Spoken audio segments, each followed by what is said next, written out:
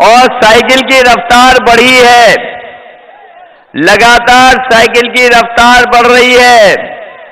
और हम तो कहते हैं, कई सभाओं में मैंने कहा कि वैसे तो हमारे समाजवादी लोग अकेले भी साइकिल चला लेते हैं, पैडल मारते हुए हैंडल छोड़ के भी साइकिल ले जाते हैं। जब खुशी में और उत्साह में होते हैं तो हैंडल छोड़ के साइकिल चला लेते हैं। और अब तो कांग्रेस पार्टी का भी हाथ हैंडल पे लग गया है, तो साइकिल की रफ्तार कितनी होगी। और जो लोग कई बार ये विरोधी लोग कहते हैं, बीजेपी के लोग कहते हैं कि एक दिल्ली वाला कुनवा और एक लखनऊ वाले कुनवे का गठबंधन हो गया है।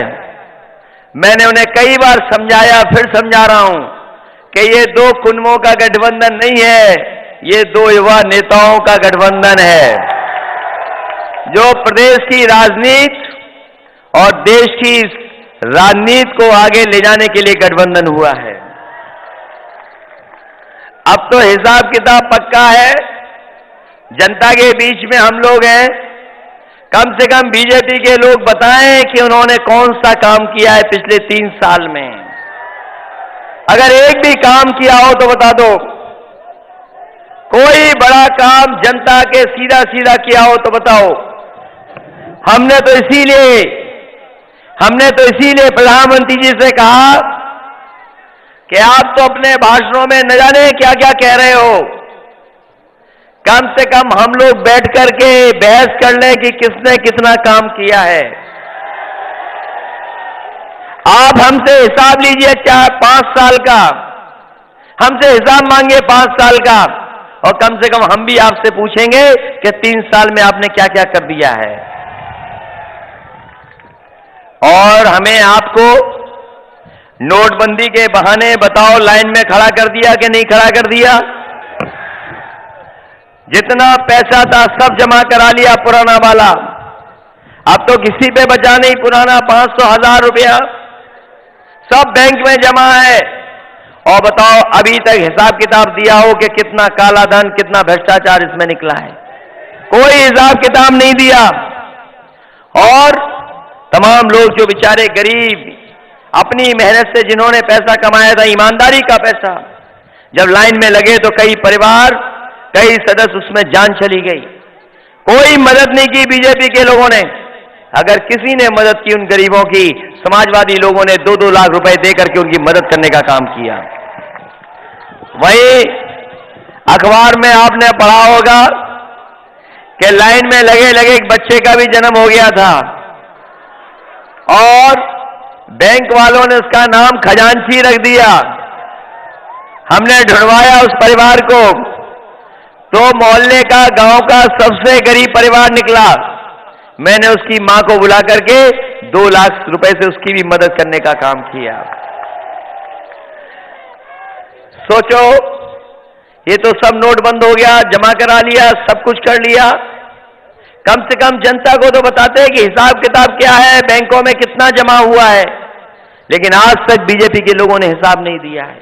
और मैं कहना चाहता हूं कि ये नोट, ये रुपया काला सफेद नहीं होता। अगर कोई चीज काली सफेद होती है तो हमारा आपका लेन देन काला सफेद होता है।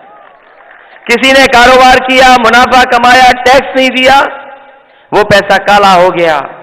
और उसी काले पैसे से अगर कारोबार किया, टैक्स दे दिया, मुनाफा कमा लिया, तो वही पैसा सफेद हो गया। इसलिए लेन देन तो काला सफेद होता है, रुपया और नोट कभी काला सफेद नहीं होता। इन्होंने देश को धोखा देने का काम किया।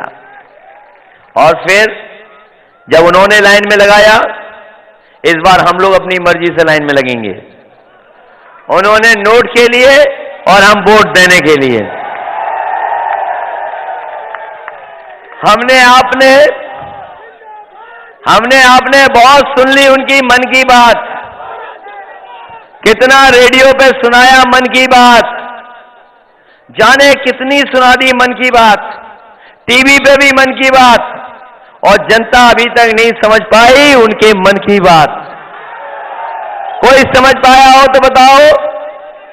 और हम समाजवादी लोग कहते हैं हो गई बहुत आपके मन की बात, कम से कम अब करो काम की बात। और शायद देवरिया में आ रहे हैं प्रधानमंत्री जी, देवरिया में आ रहे हैं, लेकिन वो महंगा वाला सूट पहन के नहीं आएंगे।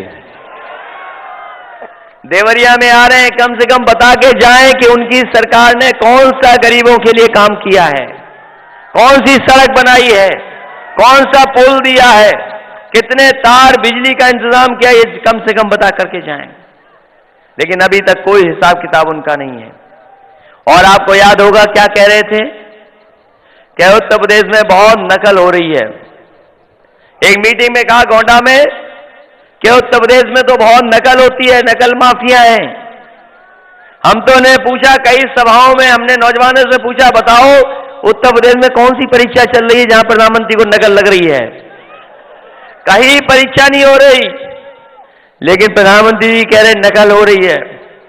हम तो कहते हैं कि आपने भी नकल करके एक सूट पहना था, वो महंगा वाला, कम से कम बता के जाओ वो किसकी नकल करके आपने वो महंगा वाला सूट बनवाया था। और फिर कहते हैं कि हम भेदभाव करते हैं, हम भेदभाव करते हैं कि रमजान में ज्यादा बिजली देते हैं, दिवाली होली पे कम बिजली देते हैं। हमने आंकड़े दे दिए और हमने कहा कि जितना हम रमजान में बिजली देते थे उससे ज्यादा हमने दिवाली और होली पे बिजली देने का काम किया है। और वहीं हमने वाराणसी में, काशी में भी 24 घंटे बिजली दे रहे हैं। हम तो कहते हैं अभी काशी जाएंगे, अभी चुनाव वहां पर भी है। हम तो कहते हैं कि प्रधानमंत्री जी कम से कम गंगा मैया की कसम खाओ कि हम 24 घंटे बिजली दे रहे हैं कि नहीं दे रहे हैं वहां पर काशी में। अभी तक कसम नहीं खाई। और आप तो सब गांव की बातें जानते होंगे, जो कसम नहीं खाएगा तो समझ लो कितना झूठ बोल रहा है।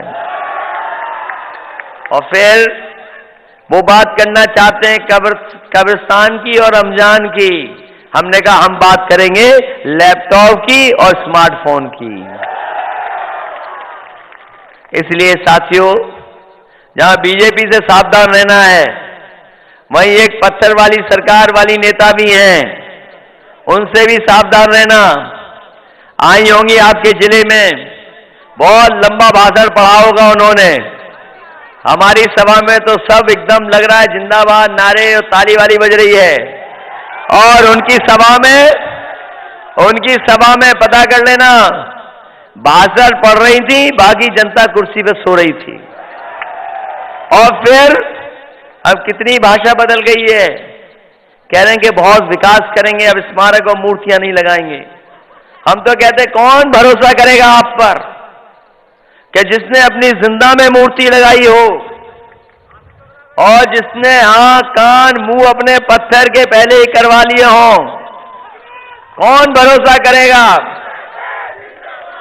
और फिर जो बड़े बड़े हाथी लगे लखनऊ में, 9 साल से हम लोग देख रहे हैं, पत्थर के हाथी खड़े के खड़े हैं, बैठे के बैठे हैं, बैठे वाला खड़ा नहीं हुआ, खड़ा वाला अभी तक बैठा नहीं पत्थर का हाथी। और फिर कहने को तो वो हमारी बुआ हैं, लेकिन कब बीजेपी से रक्षाबंधन मना लें इसका कोई भरोसा नहीं। कब रक्षाबंधन मना ले? पहले भी 3 बार मना चुकी हैं। इसलिए साथियों, हम आपसे निवेदन करने आए हैं कि ये चुनाव सरकार बनाने का है और उत्तर प्रदेश के भविष्य को किन के हाथों में जाए उसका चुनाव है। कम से कम समाजवादी लोगों ने काम किया और बिना भेदभाव के काम किया। ये लैपटॉप अगर बटा है, लगभग 40,000 हम लोगों ने लैपटॉप बांटा। ये हम पे आरोप लगाते हैं कि हमने भेदभाव किया है। हम तो कहते हैं बीजेपी के लोगों से, जिस बच्चे को लैपटॉप मिला है कम से कम उससे पूछें जाकर के क्या समाजवादी लोगों ने क्या भेदभाव किया है। कोई जवाब नहीं उनके पास। हमने तो सूची भी पढ़ दी। और पिछली बार जब मैं आया था देवरिया में, तब भी मैंने कहा था कि पिछली बार जिन बच्चों को हमने दिया था, बिना भेदभाव के हमने लैपटॉप दिया। और हम तो 6 बच्चों के अभी भी नाम पढ़ रहे हैं। बीजेपी वाले बताओ क्या भेदभाव किया है, और जाकर के उन बच्चों से पूछो कि हमने क्या भेदभाव किया है। जिन बच्चों को हमने लैपटॉप दिया था, पहला जिसका नाम है राहुल राज सिंह, दूसरा बेटा है मोहम्मद वारिस, मोहम्मद नवाब अंसारी, बेटी सुप्रिया मौर्य, सुमिता यादव, पाली राय। ये तो केवल मैंने 33,000 लैपटॉप जो बांटे उसमें केवल 6 लोगों का नाम पढ़ रहा हूं मैं। सोचो 33,000 के पास जाओगे तो आपको पता लग जाएगा सच्चाई क्या है। कोई भेदभाव नहीं किया, समाजवादी पेंशन बांटी, कोई भेदभाव नहीं किया, विद्याधन दिया, कोई भेदभाव नहीं किया। बताओ एम्बुलेंस कहीं भेदभाव कर रही है? 102, 108। और नई व्यवस्था शुरू की है पुलिस वाली। ये कई बार हमारे साथी शिकायत करते थे कि ये जो पुलिस है, अगर फोन मिलाया थाने में तो फोन नहीं उठा, और कहीं एसओ साहब का दिमाग गर्म रहा होगा, फोन मिलाया होगा तो पता नहीं कौन सी भाषा इस्तेमाल कर दी होगी। इसलिए हमने नई व्यवस्था दी है ये 100 नंबर वाली। आप दिन रात सुबह शाम जब चाहो तब फोन मिला लेना, आपका फोन उठेगा और 10 और 15 मिनट में घटना स्थल पर पुलिस पहुंच करके आपकी मदद करने का काम करेगी। हम तो कहते हैं बीजेपी के लोग, कानून व्यवस्था पे सवाल उठाने वालों, कि आपके प्रधानमंत्री तो दुनिया में न जाने कितने देश घूम आए, अगर कोई चीज हमारे लिए और जनता के लिए लाए हो तो बता दो। कम से कम समाजवादी लोगों ने जो दुनिया के दूसरे हिस्सों में पुलिस के लिए जो बेहतरीन व्यवस्था है, वो व्यवस्था को लागू करने का काम उत्तर प्रदेश में हमने शुरू किया है। और कह सकता हूं देश में किसी सरकार ने ये 100 नंबर जैसी व्यवस्था नहीं दी है। और हमने तो कहा है कि कभी भी मिला लेना फोन, दिन में, रात में, आधी रात फोन उठेगा और कोई भी आपसे गलत भाषा में बात नहीं कर सकता है। ये इंतजाम समाजवादी लोगों ने किया है। और फिर अभी तो हमने 3,000 दी हैं गाड़ियां पुलिस को। आने वाले समय में सरकार बनेगी तो 1,000 गाड़ी और पुलिस को देने का काम करेंगे, जिससे व्यवस्था हमारी 100 नंबर अच्छी हो जाए। एक बुराई और है, एक बुराई और है, एक बुराई और है, एक बुराई और है। हम तो टीवी वालों के सामने बोलते नहीं हैं क्योंकि चैनल पे चला देंगे। वो बुराई लेन देन वाली, आने वाले समय में अगर कोई इस तरह की बुराई की शिकायत आएगी, आप 100 नंबर पे लिखा देना, उसकी मदद करने का काम समाजवादी सरकार में 100 नंबर से होगा। हम तो कहते हैं कि इससे बेहतरीन व्यवस्था कहीं हो तो बता दो, किसी सरकार ने किया हो तो बता दो। कोई व्यवस्था नहीं दी, कोई मदद नहीं की, और केवल झूठी बातें करते हैं। इसलिए हम आपको सावधान करने आए हैं। हालांकि ये बाबा जो हमारे बगल में है गोरखपुर में, हमने पूछा, एक जगह उन्होंने इंटरव्यू दिया कि कोई बिजली नहीं आ रही है। उन्होंने इंटरव्यू में बोल दिया कि बिजली भी भेदभाव कर रही है। हमने कहा बाबा जी ऐसा करना, अपने आश्रम के बगल में जो तार चल रहा है उसको छू के देख लेना बिजली आ रही है कि नहीं आ रही है। हालांकि उनकी भाषा कुछ और आई है, अभी मैंने सुना है, उनका कुछ और भी ज्ञान दिया उन्होंने। लेकिन समझ लेना, जो लोग मां बाप तक चले जाएं तो उसका मतलब लड़ाई हार गए। उनकी भाषा बदल गई है, उन्हें समझ में नहीं आ रहा क्या करें, क्योंकि काम तो किया नहीं। एम्स की जमीन समाजवादी लोगों ने दी, 500 और 200 बेड का अस्पताल जैपनीज इंसेफेलाइटिस है उसके लिए समाजवादियों ने बना दिया, एम्बुलेंस समाजवादियों ने दे दी। हम तो कहते हैं बाबा जी आपकी कोई एम्बुलेंस हो तो हमें बता दो, हमारी तो है 102, 108 जो व्यवस्था चला रहे हैं। पुलिस के लिए 100 नंबर भी है, आपने कौन सी नई व्यवस्था दे दी है बता दो।